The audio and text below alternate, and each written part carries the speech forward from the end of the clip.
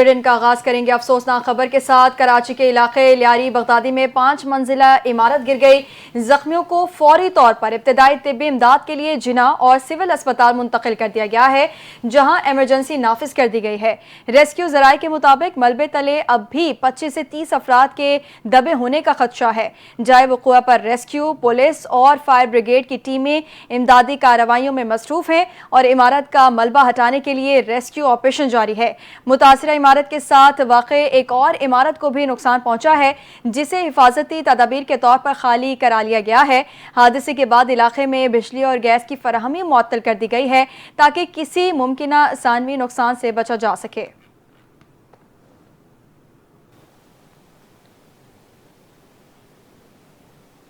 آگے بڑھے اور یہاں آپ کو بتائیں کہ وزیر بلدیات سعید غنی نے لیاری بغدادی میں 5 منزلہ عمارت گرنے کے واقعے کا سخت نوٹس لیتے ہوئے ایس بی سی اے کے متعلقہ افسران کو معطل کرنے کا حکم دے دیا۔ تحقیقاتی کمیٹی بھی تشکیل دے دی جو 3 دن کے اندر اپنی رپورٹ پیش کرے گی۔ وزیر بلدیات سعید غنی نے پریس کانفرنس کرتے ہوئے کہا کہ اس عمارت کو 2 جون کو آخری نوٹس جاری کیا گیا تھا، جبکہ گزشتہ سال مئی میں بھی خط کے ذریعے مکینوں کو عمارت خالی کرنے کی ہدایت دے دی گئی تھی۔ 2023 اور 2024 میں بھی متعدد بار نوٹسز دیے گئے، حتیٰ کہ یوٹیلیٹی سروسز ختم کرنے کے لیے متعلقہ اداروں کو خطوط بھی لکھے گئے۔ وزیر بلدیات نے شہریوں سے اپیل کرتے ہوئے کہا، ہم مانتے ہیں کہ لوگوں نے بڑی محنت سے پیسے جوڑ کر گھر لیے ہوں گے، لیکن جان آپ کے گھر سے زیادہ قیمتی ہے۔ سعید غنی نے بتایا ان معاملات پر کئی اجلاس ہو چکے ہیں اور اب حکومت ان فیصلوں پر مزید تیزی سے عمل درآمد کرے گی۔ آگے بڑھیں اور آپ کو بتائیں کہ میئر کراچی مرتضی وہاب نے لیاری بغداد میں گرنے والی 5 منزلہ عمارت کے مقام کا دورہ کیا اور ریسکیو کارروائیوں کا جائزہ لیا۔ انہوں نے میڈیا سے گفتگو میں کہا، ریسکیو آپریشن مکمل ہونے میں ابھی کچھ وقت لگے گا۔ 24 سے 25 افراد اس وقت ملبے تلے دبے ہوئے ہیں۔ تمام ادارے بھرپور انداز میں ملبے تلے دبے افراد کو نکالنے کی کوششوں میں مصروف ہیں۔ اب تک 7 افراد کے جاں بحق ہونے کی اطلاعات موصول ہوئی ہیں، جبکہ دیگر زخمیوں کو اسپتال منتقل کیا گیا ہے۔ مرتضی وہاب نے واقعے پر گہرے دکھ کا اظہار کرتے ہوئے کہا کہ اس افسوسناک سانحے میں ملوث افراد کو ہرگز نہیں چھوڑا جائے گا۔ متاثرہ عمارت کے حوالے سے سندھ بلڈنگ کنٹرول اتھارٹی نے 4 مرتبہ نوٹس جاری کیے تھے اور عمارت کو خالی کرنے کی ہدایت کی گئی تھی۔ اس عمارت کے مکین اسے اپنی ذاتی جائیداد سمجھ کر خالی نہیں کر رہے تھے، جس کے باعث یہ افسوسناک سانحہ پیش آیا۔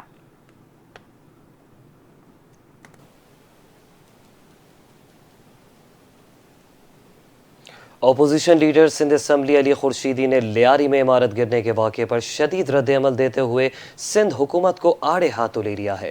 میڈیا سے گفتگو میں بولیں کہ بدقسمتی سے مستقبل میں بھی ایسے واقعات کا سامنا کرنا پڑ سکتا ہے، کیونکہ حکومت اپنی ذمہ داری ادا کرنے میں مکمل طور پر ناکام ہو چکی ہے۔ علی خورشیدی نے کہا کہ پیپلز پارٹی گزشتہ 17 سالوں سے سندھ میں حکومت کر رہی ہے، لیکن کراچی سمیت پورے صوبے میں انفراسٹرکچر کی حالت دن بدن بگڑتی جا رہی ہے۔ یہ واقعہ سندھ حکومت کی سنگین نااہلی کا نتیجہ ہے اور اگر اب بھی ذمہ داری نہ لی گئی تو حالات مزید خراب ہو سکتے ہیں۔ کراچی میں اس وقت 500 سے زیادہ عمارتیں مخدوش قرار دی جا چکی ہیں۔ اگر فوری اقدامات نہ کیے گئے تو ان عمارتوں کے بھی زمیں بوس ہونے کا خدشہ ہے۔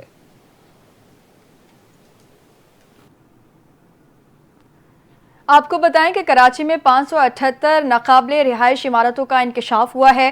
ایس بی سی اے کی جانب سے ناقابل رہائش عمارتوں کی فہرست جاری کر دی گئی ہے۔ فہرست کے مطابق سب سے زیادہ مخدوش عمارتیں ضلع جنوبی میں واقع ہیں، جن کی تعداد 456 ہے۔ ضلع وسطی کی 66 عمارتوں کو مخدوش قرار دیا گیا ہے۔ ضلع کیماڑی میں ناقابل رہائش عمارتوں کی تعداد 23 ہے۔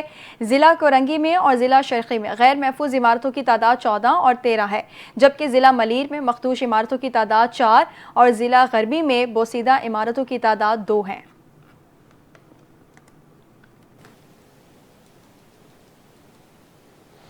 بنیان مرصوص مارکہ حق کے دوران پاکستان نے الیکٹرانک وارفیئر میں بھارتی فوج کو حیران و پریشان کر کے رکھ دیا۔ بھارتی فوج کے نائب سربراہ لیفٹیننٹ جنرل راہول سنگھ کا پاکستان کی عسکری برتری کا اعتراف۔ ڈیفنس انڈسٹری کی تقریب سے خطاب میں راہل سنگھ نے کہا کہ پاکستان کو ہماری نقل و حرکت اور اسٹریٹجک تیاریوں کا پہلے سے علم تھا۔ پاکستان جانتا تھا کہ ہمارا اہم دفاعی نظام متحرک ہے۔ لیفٹیننٹ جنرل راہل سنگھ نے کہا کہ پاکستان کو چین سے بھارتی اہداف کی براہ راست معلومات مل رہی تھی۔ انہوں نے اعتراف کیا کہ بھارت کا فضائی دفاعی نظام مطلوبہ کارکردگی دکھانے میں ناکام رہا۔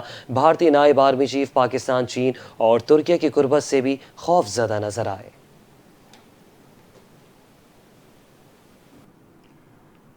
بھارت کا پاکستان مخالف نظریہ پاکستانی اور بھارتی دونوں عوام کے لیے خطرناک ہے۔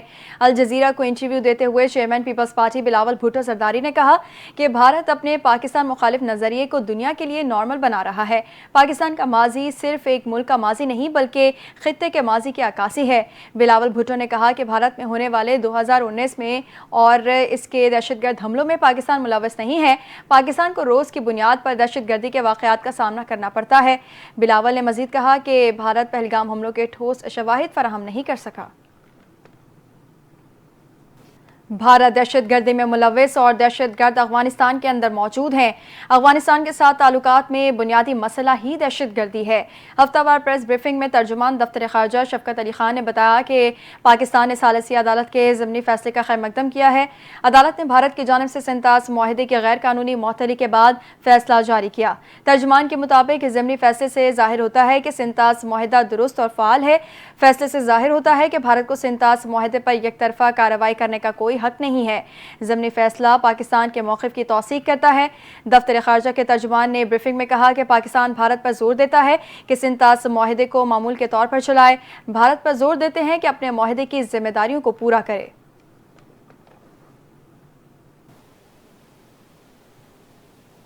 پاکستان پیپلز پارٹی کے چیئرمین بلاول بھٹو زرداری سے گورنر خیبر پختونخوا فیصل کریم کنڈی کی ملاقات ہوئی، جس میں خیبر پختونخوا کی سیاسی صورتحال، مخصوص نشستوں کے بعد ایوان میں پارٹی صورتحال اور اس سے متعلقہ امور پر تفصیلی تبادلہ خیال ہوا۔ گورنر خیبر پختونخوا نے بلاول بھٹو زرداری کو صوبے میں اتحادی سیاسی جماعتوں کے اراکین سے گورنر ہاؤس میں ہونے والی ملاقاتوں سے متعلق بریفنگ دی۔ چیئرمین بلاول بھٹو زرداری اور گورنر کے پی کے فیصل کریم کنڈی کے درمیان خیبر پختونخوا اور بالخصوص جنوبی اضلاع میں امن و امان کی ابتر صورتحال پر بھی گفتگو ہوئی۔ بلاول بھٹو زرداری کو گورنر خیبر پختونخوا نے سبات میں سیلابی پانی کے سانحے میں قیمتی جانوں کے ضیاع اور اس حوالے سے صوبائی حکومت کی نااہلی پر بھی بریفنگ دی۔ گورنر کے پی کے فیصل کریم کنڈی نے بلاول بھٹو زرداری سے کہا کہ آپ کی ہدایت پر سانحہ سبات کے متاثرین کے لیے ڈسکا اور رستم مردان کا دورہ کیا۔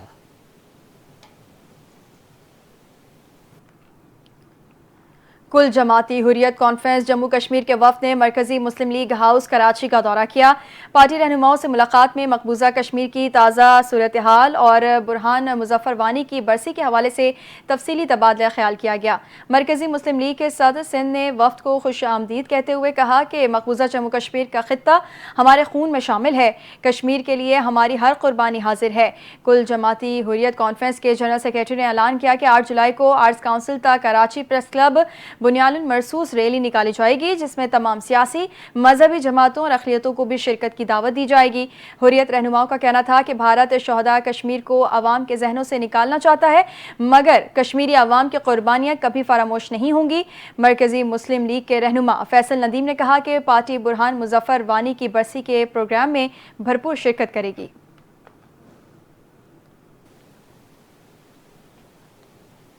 وزیر اعلیٰ Punjab Maryam Nawaz D H Q اسپتال پاک پتن پہنچ گئی۔ مختلف وارڈز کا دورہ کیا۔ مریضوں اور اہل خانہ نے اسپتال میں بد نظمی، غفلت اور دیگر شکایات کے انبار لگا دیا ہے۔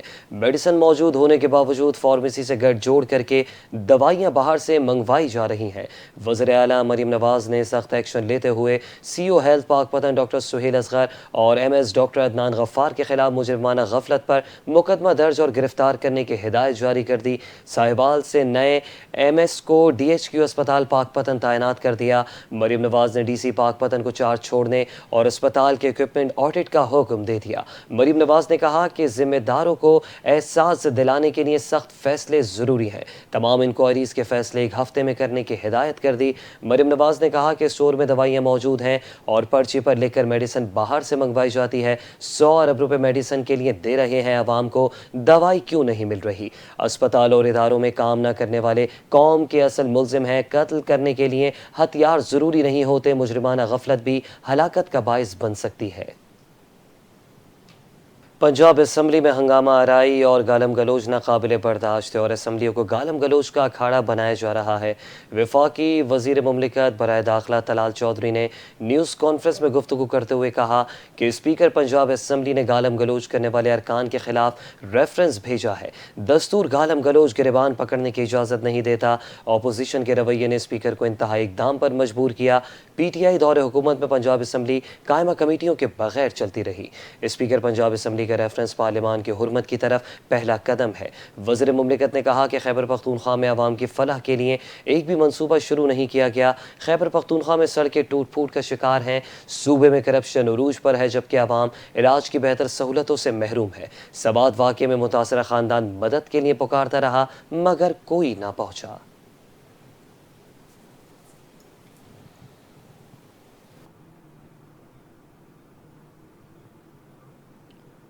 کاروباری دنیا سے خبر دیں گے۔ پاکستان اسٹاک ایکسچینج میں تیزی کا سلسلہ جاری ہے اور 100 انڈیکس ملک کی تاریخ میں پہلی بار 1,31,949 پوائنٹس کی ریکارڈ سطح پر بند ہوا۔ انڈیکس میں آج کاروبار کے دوران 1262 پوائنٹس کا شاندار اضافہ ریکارڈ کیا گیا، جس سے سرمایہ کاروں کے اعتماد میں نمایاں اضافہ دیکھنے میں آیا۔ دوسری جانب عالمی قیمتوں میں کمی کے باعث سونے کی قیمت میں بھی کمی واقع ہوئی ہے۔ مقامی صرافہ بازار میں فی تولہ سونے کی قیمت میں 1500 روپے کی کمی ریکارڈ کی گئی، جس کے بعد نئی قیمت 3,55,500 روپے فی تولہ ہو گئی ہے۔ شامل کریں گے۔ ملک بھر میں مانسون کا نیا اسپیل داخل ہو گیا۔ 6 سے 10 جولائی تک ملک بھر میں بارش، آندھی اور طوفان کا امکان ہے۔ بارشوں کے باعث شہری علاقوں میں ممکنہ طور پر سیلابی صورتحال کا خدشہ ہے۔ اسلام آباد، لاہور، راولپنڈی، اٹک اور جہلم سمیت پنجاب کے مختلف شہروں میں طوفان کے ساتھ بارش کا امکان ہے۔ NDMA کے مطابق پشاور، دیر، سوات، چترال اور کوہستان سمیت خیبر پختونخوا کے مختلف شہروں میں بھی گرج چمک کے ساتھ بارش کا امکان ہے۔ کوئٹہ، جوب، زیارت اور خلاص سمیت بلوچستان کے مختلف شہروں میں بھی بادل برسنے کے امکانات ہیں۔ مظفر آباد، وادی نیلم اور راولاکوٹ میں شدید بارش کی پیشگوئی کی گئی ہے۔